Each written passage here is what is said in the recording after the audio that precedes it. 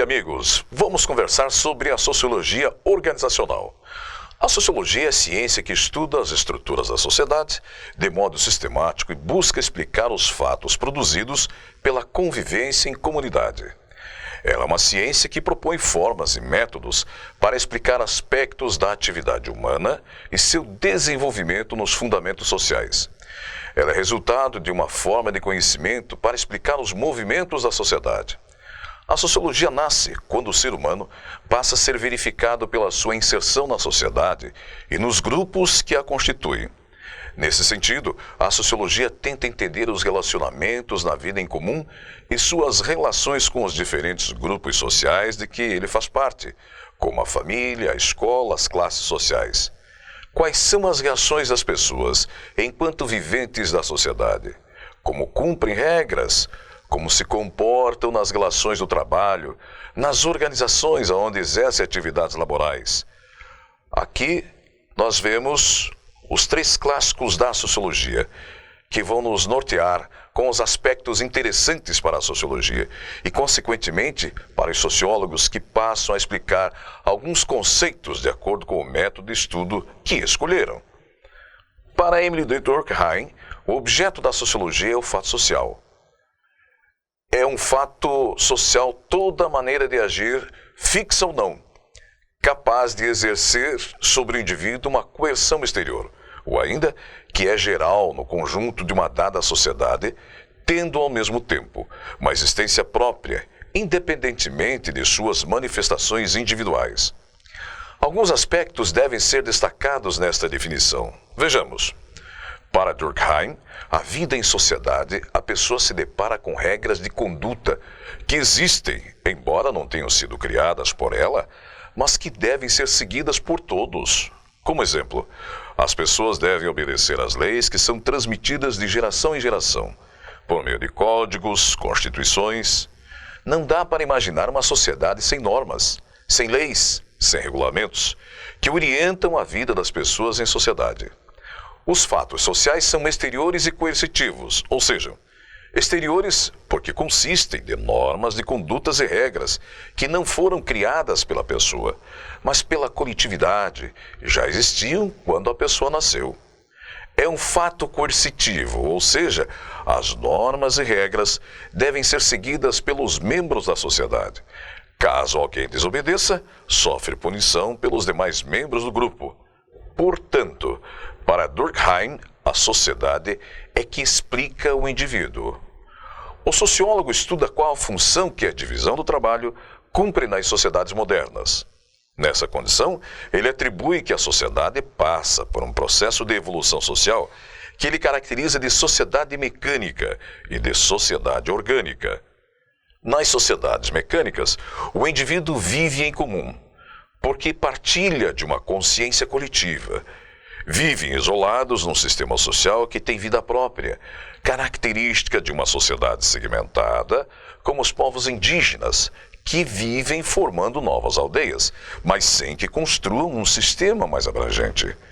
Já a solidariedade orgânica, os indivíduos estão integrados a uma coletividade, como nas sociedades modernas, onde há a divisão do trabalho, bem como na vida política, na cultura, na educação, constituindo-se em diferentes esferas sociais e que se especializam cada vez mais.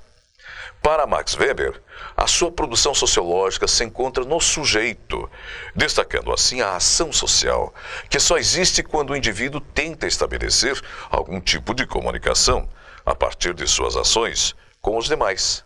Assim, ele estabelece 4 tipos de ação social, que são: tradicional, que é determinada por costume ou hábito arraigado; afetiva, como o próprio nome diz, é determinada por afetos ou estados emocionais; ação racional referente a valores, determinada pela crença consciente num valor ético ou religioso considerado importante; racional com relação a fins. O indivíduo determina os objetivos e busca os meios adequados para consegui-los. Exemplo: a compra é uma ação social. Esta ação pode ser realizada por várias razões. A compra de um agasalho pode ser realizada porque na família todos compram aquele estilo de agasalho. Esse ato determina a tradição. A compra do agasalho pode ser em função de que ele mais gosta, caracterizando o aspecto afetivo. Pode ser pela marca, o que configura ato racional em relação a valores. No caso, a marca é vista como um valor.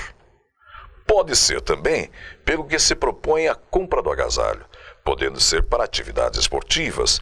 Estabelece-se assim a compra pela racionalidade aos fins propostos. Em sua obra Ética Protestante, o espírito do capitalismo, Max Weber deixou o legado da investigação sobre as origens do capitalismo, além de admitir múltiplas causas, como econômicas, políticas. A ética religiosa favoreceu o capitalismo, como o capitalista deveria comportar-se no trabalho com rigor e disciplina.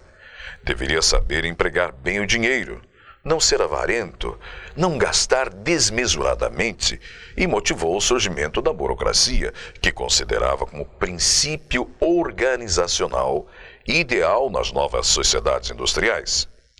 Ele defendia a racionalidade com a aceitação da estrutura hierárquica e a aprovação de rotinas. Já com Marx, a sociologia assume uma vocação crítica, quando considera que não se pode pensar a relação indivíduo-sociedade separadamente das condições materiais, ou seja, o ser humano, para poder viver, precisa se alimentar, construir casas.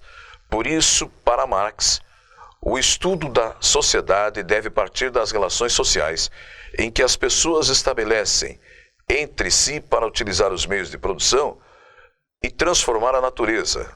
Marx estudava a sociedade de seu tempo, isto é, a sociedade capitalista, em que as relações sociais de produção definem dois grupos na sociedade. De um lado, os capitalistas, que são as pessoas que detêm os meios de produção, máquinas, ferramentas, capital necessários para transformar a natureza e produzir mercadorias. E de outro, os trabalhadores, que possuem sua força de trabalho. Marx destaca como infraestrutura a dimensão econômica da sociedade, ao revelar que ela é a base da sociedade. Sobre a base é que está construída a estrutura política e ideológica da sociedade, que são conhecidas como superestrutura. Em suma, a infraestrutura é composta de forças produtivas, mais as relações de produção, economia, e a superestrutura é composta do Estado mais ideologia. Neste contexto, temos a sociologia, que é a ciência que estuda a vida em sociedade e que deve explicar os fenômenos da vida social humana de forma sistemática. A sociologia fornece explicações sobre os fenômenos sociais, sejam para entender as leis que causam migrações, por exemplo, e evitar problemas que causam inchamento das cidades, em vez de possibilitar o desenvolvimento harmônico para o progresso. Nessa linha de raciocínio, vamos encontrar a sociologia aplicada à administração, que estuda os sindicatos, organizações, escolas, órgãos do governo, enfim, as organizações, porque o interesse dos assuntos estudados se refere ao poder, liderança, resistência às mudanças, grupos informais, e a função do administrador é, dentre tantas, a de coordenar pessoas e conhecer os comportamentos de grupos nas organizações. Organização é uma unidade criada e estruturada para se manter no tempo e com função de atingir resultados para satisfazer as necessidades de clientes existentes na sociedade.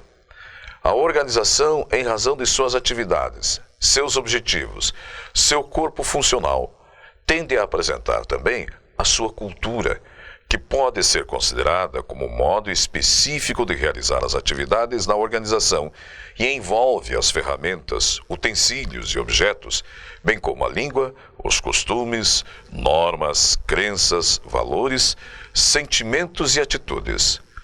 As organizações constituem-se de estrutura formalmente constituída com lideranças. São os grupos formais, que têm chefe, gerente, supervisor, nomeados para cumprimento de metas da organização, e pelos grupos informais, constituídos de pessoas em uma rede de comunicações caracterizada por simpatia, destacando-se um líder legitimado pelos seus pares, com capacidade de elaborar normas próprias. Em síntese, a sociologia é a ciência que busca entender os relacionamentos na vida em comunidade e suas relações com os diferentes grupos sociais de que faz parte, quer seja a família, a escola, a organização. Nesse sentido, foram explanadas as principais correntes do pensamento sociológicos, como Emile Durkheim, Max Weber e Karl Marx. A importância da sociologia, bem como da sociologia aplicada à administração em seus aspectos, como a cultura e seus componentes, além de estados sobre os grupos formais e informais nas organizações. Até o próximo encontro, amigos. Até lá.